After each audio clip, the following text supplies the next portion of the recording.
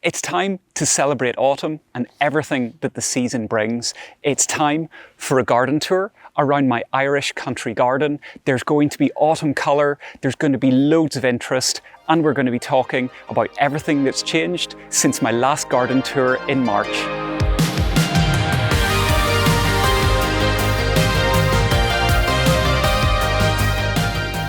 Hey everyone, how's it going? And welcome back. It is autumn in my garden. Traditionally, a time of year that I don't really like, but over the last couple of years, this garden has started to convince me of its merits. So much really just becomes absolutely gorgeous at the moment, and I can't wait to show you around and show you everything that really is just looking brilliant. But in Ireland, in autumn, the weather changes really quickly. It means that quite often it's not suitable for having a camera and talking to camera, and also all of the autumn trees look their best at different times. So this video is going to be a little bit different. It's going to be filmed over a number of days, and that's going to let me bring you the absolute best of all of the garden rolled into one episode, particularly before a storm arrives and blows off all the lovely leaves. But there is no better place to start when it comes to autumn colour than here in the front garden. The absolute best autumn colour in my garden is here, in the front garden and across in the secret garden. If you watched my spring garden tour video, which was way back at the start of March when all of the trees were still there, you're probably going to recognise this shot. And the reason that I'm shooting it from here is to show you just how much it's changed. And you can see that at the moment, things are looking really beautiful. Over to one side, we have a really quite large ornamental crabapple. It's golden hornet, and you can really see why it's got its name. Those really lovely crabapples that are bright yellow just completely cover the entire tree. I love them. I don't love them so much in a couple of weeks when they start to fall and I have to pick them up, but for now, I love them. If you had seen this tree about a week ago, it was still covered in leaves, but the leaves come off so easily that in a couple of gusts of wind, they're all gone. It is, though, an absolutely cracking tree, and I totally recommend getting one if you don't have one. Then moving round behind that, we have 3 maples. 2 of them are variegated, and you can see that really already they've pretty much lost all of their leaves. But the really large, dark-leaved maple, which for most of the time is almost black, it's so dark, is now turning into a really lovely, winey red colour. It just looks stunning. And then coming round to the other side of the garden, the wedding cake tree, well, it still looks pretty much untouched by autumn at the minute, and behind it are the 3 multi-stem silver birches that, as you can see now, the leaves are starting to turn brown, they're clearing through, and the whole canopy is starting to open up to reveal those lovely, bright, white silver stems that I'm going to be able to enjoy all winter. So that's really all there is to show you in the front garden. As if that wasn't enough, this really is a beautiful sight to look out at all the time through the autumn and seeing as all these trees change colour and lose their leaves. But there is a lot more autumn colour to show you just across the way in the secret garden. You're certainly not going to be used to seeing this view before because I've never shown it on the channel, and behind these hedges is the secret garden. This is actually the driveway, but it's a really nice vantage point to appreciate some of the really large specimen shrubs and trees that are in the secret garden. You can see behind me, there's a beautiful acer, a lovely red-leafed Japanese maple. All the way through the year, it sits with that really dark purpley red colour, but now you can see just at the top of it how it's getting tinged with a really bright red. I'm glad to be able to catch it now to show you on camera because it is so fleeting. It will turn the most beautiful, vibrant red, and then if we get any kind of wind, the leaves will be gone. Moving along then, we have the massive Mahonia that we have in the secret garden. Now, I've made a video all about the Mahonia alone, but you can see just how spectacular the flowers are at the moment. Those big spikes of bright acid yellow flowers are brilliant. Moving past, We have this tree, which is a Robinia pseudo-acacia. It doesn't really have any autumn colour at the moment, but then continuing past, finally at the entrance to the secret garden, we have our rowan tree, our mountain ash, which, although it's lost its leaves, is still covered in yellow berries. And as you can imagine, looking out from the house across to this, it's just spectacular. But let's go into the secret garden itself and have a look there. And now we're in the secret garden itself, and you can see, well, I always talk about how it's a beautiful, enclosed, secluded place. And at this time, late afternoon in the autumn, when the weather's nice, it really is beautiful. You can just see the shafts of light that are coming through the trees and the shrubs, and I really love it. But what I particularly love about this time of year is actually watching all of the trees losing their leaves. And that's because this is such an enclosed space that during the summer, it's pretty much always very shady and very cool. Whereas now, as the trees start to lose their leaves, the light levels lift and the whole space just opens up, and it makes for a really lovely place to be in the winter as well. And particularly, it makes for a really lovely place to enjoy the form of each of the shrubs and the trees. But really, that's all there is to show you in here. So we've covered all of the garden that's in front of the house. Let's go round to the back and I'll show you what's happening there. Another day and another section of the garden to show you this autumn. And today we're in the back garden at the orchard because it is just beautiful at the minute, albeit in a much more subtle and muted way compared to the colours of the trees in the front garden. Rather than the apple trees changing their colour into something really bright in one go and then dumping their leaves in one go, instead they change really gradually. And you can see behind me that the trees are a mix of greens, yellows and browns, and they're starting to shed their leaves. What that means is that they're going to continually shed their leaves for the next few weeks. So I'm going to be kept really busy in this area of the garden, lifting up all the leaves so that it doesn't kill off the grass.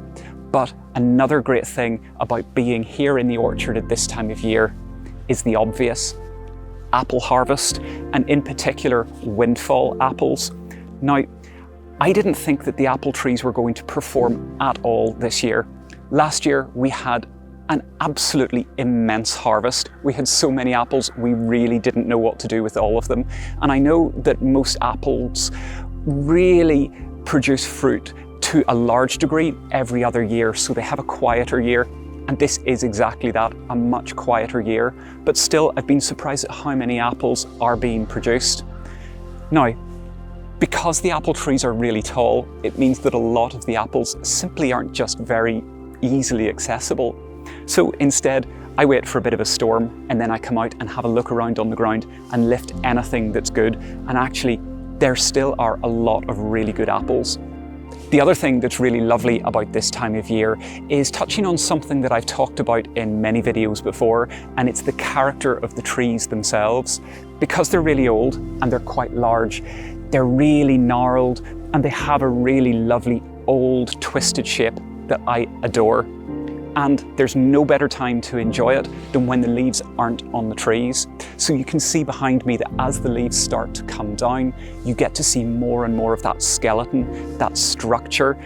And because I removed a huge section of the hedge at the back of the garden earlier on this spring, and in fact I showed that back in my spring video, that extra light means that you can see the structure of the apple trees much easier because they're backlit, and it just makes for something really beautiful and interesting to look at, whether it's from a distance or whether it's when you're in the orchard itself.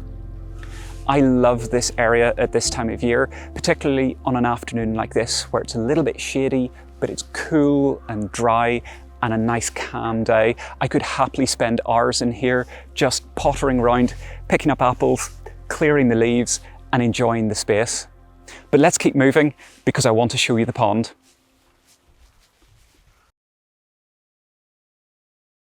Along with the rest of the garden, the pond is transitioning away from summer and towards winter, and you can see that things are starting to die back.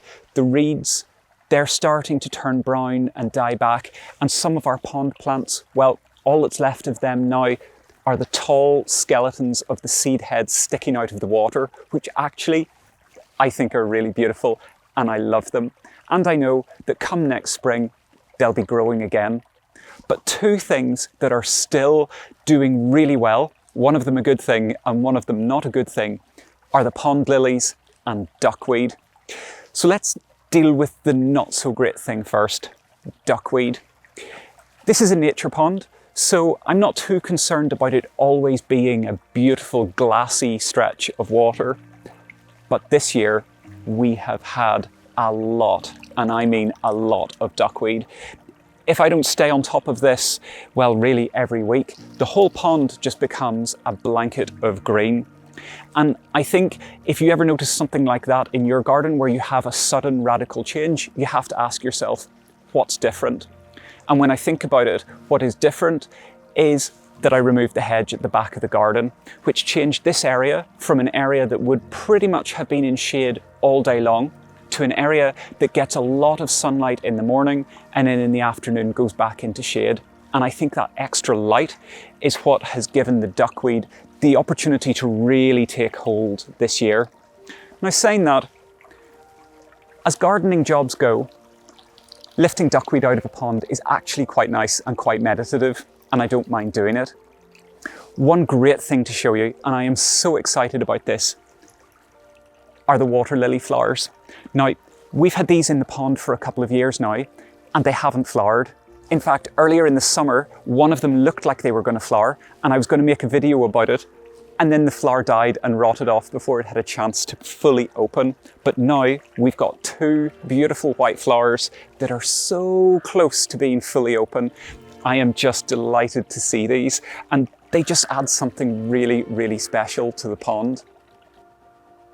Looking behind me and behind the pond is the rockery, and probably from your vantage point, it just looks like a bit of a blur of green, but actually I'm really happy with it. I cleared it out and replanted it last September, so it's had about 14 months now to bed in, and the plants that I've put in are now really starting to settle and find their space just beautifully. The idea is that I want the whole area around the pond to look really naturalistic and really verdant. Earlier on in the summer, we had some lovely tall spikes of foxgloves, and we also had crocosmia later in the summer that just gave little hits of colour now and then dotted around the edge. But then the ferns have really started to take hold, and I'm delighted because I bought them as very small plants, particularly the little polypodiums that are poked in between the rockery rocks. They are starting to do really nicely, and I'm liking the atmosphere here. I would say that I need to go and do a really good weed, but aside from that, I'm delighted with it. So that's everything in this corner, and we're nearly getting towards the end of the garden tour, but there's one last place that I want to show you.